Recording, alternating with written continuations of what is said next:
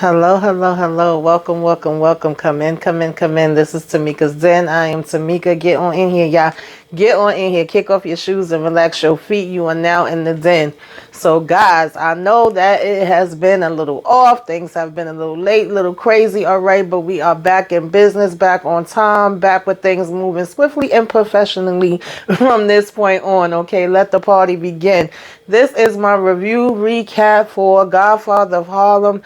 Alzado, okay, season 5, episode 2, baby, okay. Bumpy is still having some problems out here in these streets, all right, after this robbery. Now, the synopsis tell us when Columbo carries out a gentleman's kidnapping of Mamie, that Bumpy angrily prepares for an oncoming war. And I'm saying, what the hell is a daggone gentleman's kidnapping, child? Is there such a thing? I think not. The only one that would probably think is a gentleman's kidnapping is Joe Columbo, all right?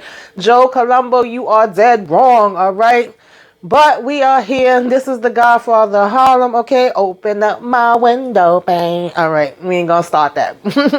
But yes, Bumpy is mad as he should be. I get it, all right? You cannot think that you're going to kidnap Mamie and everything is going to be okay. But at the same time, child, I do see some similarities. And Mamie called it out. She told Bumpy, you are no better than Columbo. You basically doing the same thing as him. Don't think I don't know that it was you that robbed that daggone bank.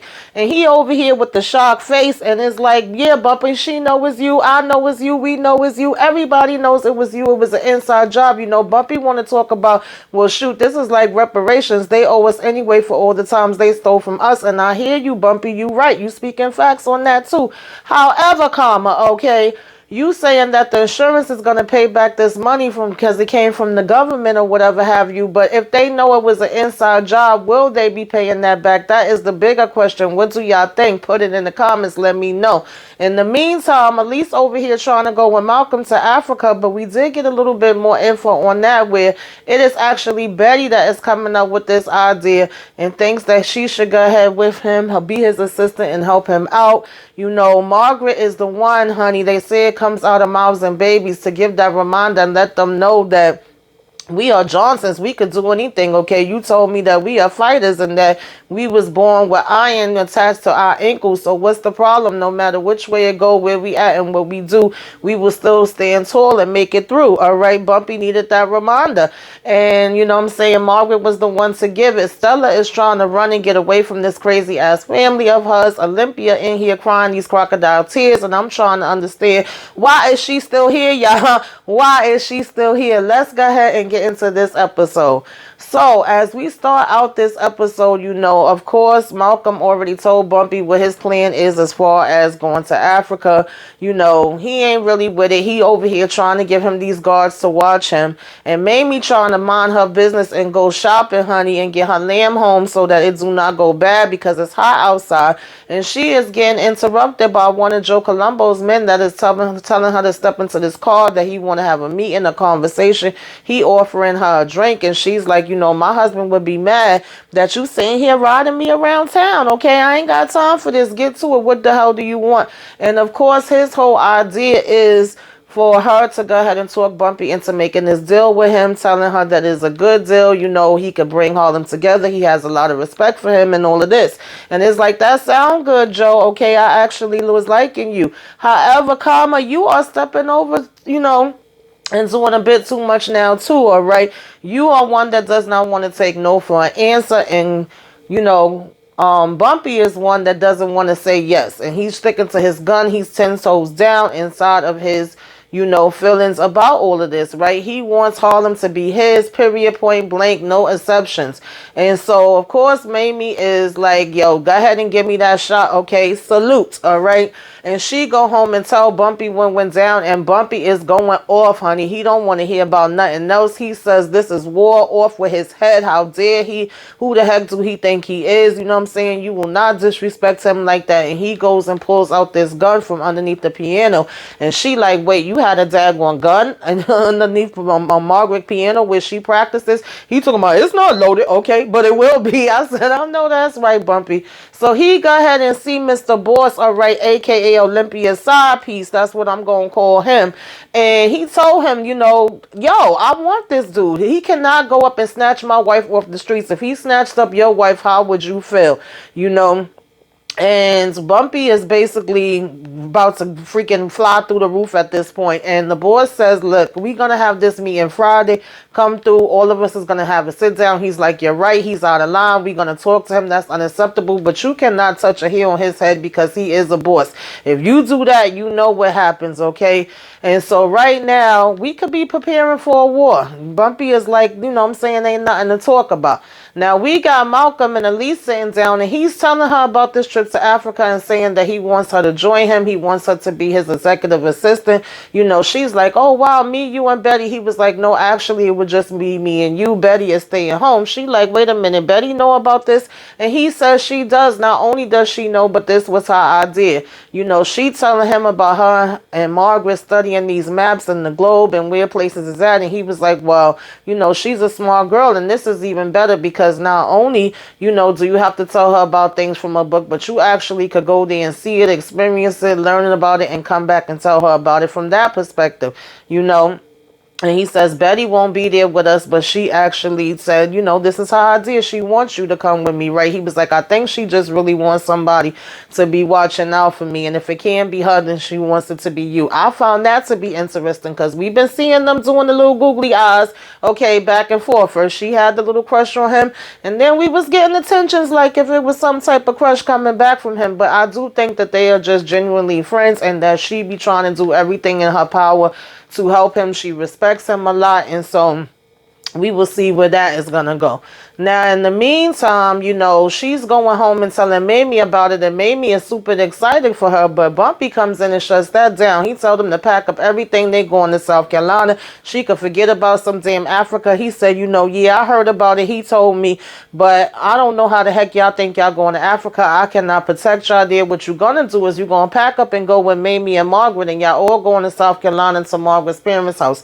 Margaret said, hell to the no, I sure am not. I got work to do here with Adam Clayton Powell. And he was like, man, listen, being Adam Clayton Powell's secretary is not important. I'm trying to protect you. She said, no, we've been having nightmares. We still haven't got over the last time we went on a daggone trip to the South. You know, Margaret still just recently started being able to sleep. There's no way in the world that I'm about to sit here and go back down south. If we are going, then we are going. You know, he over here talking about just sending them away. And she says, right now, you are being stubborn with a war that you can avoid if you just make a different decision, okay? But Bumpy don't want to hear it. Now, Bumpy sit down and asks, who do we got? What's the gangs that we still have? And they start naming about 2 of them, and they say the other ones is actually over, the 12 best men is over here guarding Malcolm. He says, well, that is where they gonna stay. And they actually looking at him like he crazy, okay, making faces when he says that. But they say they do have the Scullys, and I think it was the Goleys and the Marcellis. So they basically was saying that, you know, of course they don't have the Colombians because they had messed up and killed one of their, well, not messed up, but they killed one of their men. So ever since then, their relationship with them has been messed up. So they said, you know, right now, Joe is going behind and getting everybody to come on board with him because they giving him the, you know, he giving the better deals. He's offering them the Doochie. So that's where they going. He said, well, bring all of them to me. I want all the heads of all these gangs to come in and see me, all right? They want the Doochie. We going to say we got the Doochie. Give them what they want. Now, in the meantime, Columbo goes to sit down with Olympia's side piece, and you know, he's talking to him because he's like, what the heck is it with you going around Bumpy's wife? He was like, you know, you hard-headed just like your father was hard-headed.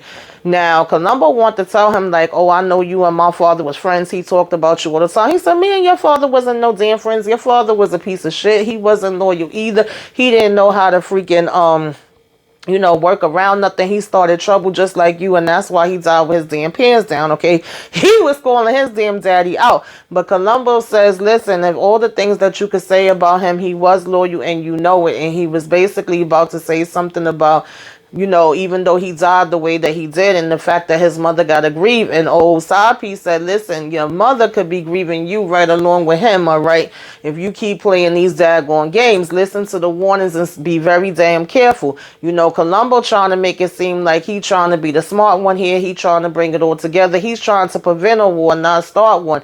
And he's like, well, if you want to do that, then you will listen to me and you will not go anywhere near Bumpy's wife ever again. Do you hear me? So he basically says, yes, he does hear him. And as he's getting up to leave, he says, and FYI, I'm nothing like my father, okay? And I found it interesting that them two had to be the ones to sit there and have this scene, because, of course, we see later that Chin is going to end up asking for help with Stella. Is Stella going to spill the beans to him? Is she going to confide in him what Olympia did? And the fact that this man was the one that was in on it, okay? And he said if it was found out, they would get in trouble, because, of course, he already knew that there was not supposed to be no woman and kids, not to mention that he basically was sleeping with Chin's wife, child. So we will keep an eye on that. Now, as we move forward, these heads come down to see daggone Bumpy. They thinking they about to get this Doochie. They like, yeah, we here for these 300 keys, okay? Only reason why we was rocking with Columbo was because he was offering us a better deal. But if it's here and it's proper, yo, we on it, okay? And Bumpy say, yeah, it's proper. Go ahead, show them. When they take this sheet off, ain't nothing saying there underneath that sheet but a bunch of bricks. And Bumpy go ahead and stabs one of them in the daggone neck with a syringe, gives him some bad shit. And honey, he on the floor having seizures with all different kind of, bubbles bubbling at the daggone mouth, okay? Basically dying and ODing. And he tells the other two, go back and let everybody know that either you are with me or you are dead, all right? That is your choices. Ain't no in between. Ain't no daggone Columbo, okay? So no Doochie for you, all right? And so basically they run off to go and pass that message along, and the guys are just looking. Now in the meantime, you got old Big Follow Your Nose showing Columbo this painting of Chin and saying how this guy was offering him the painting when he owed Chin thousands of dollars. And he was like, so you accepted a payment in place of the money? He says, no, I didn't accept no daggone payment. What I did is beat the hell out of him and tell him that he still had to give me the money, but I said this painting do look nice and I'm gonna take it.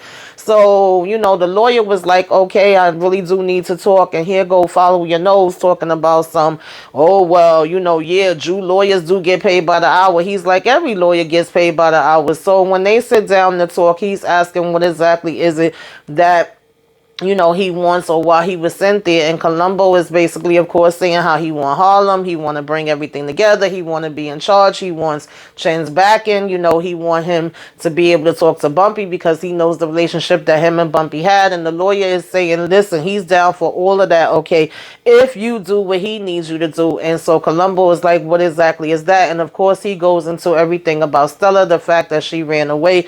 He tells him rather, that she is on the run because one of these families is threatening her, okay, and they know for a fact that she is being threatened. Of course, Columbo wants to know, well, why would they be threatening her?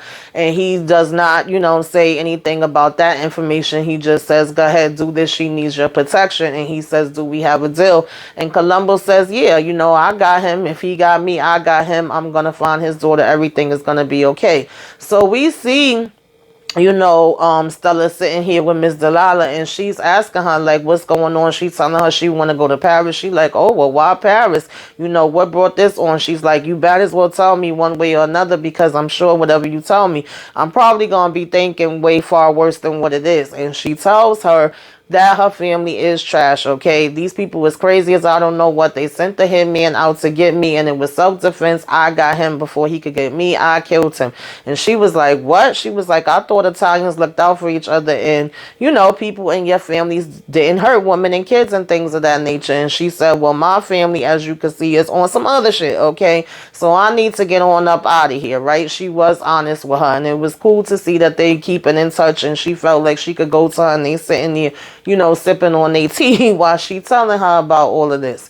Now, in the meantime, we basically had Bumpy go ahead to the Cubans, right? Trying to make this deal and see if he could find a way with them. And like, you know, they haven't been on the best of terms because Bumpy killed one of their men before. He comes with this gift, which is a horseshoe.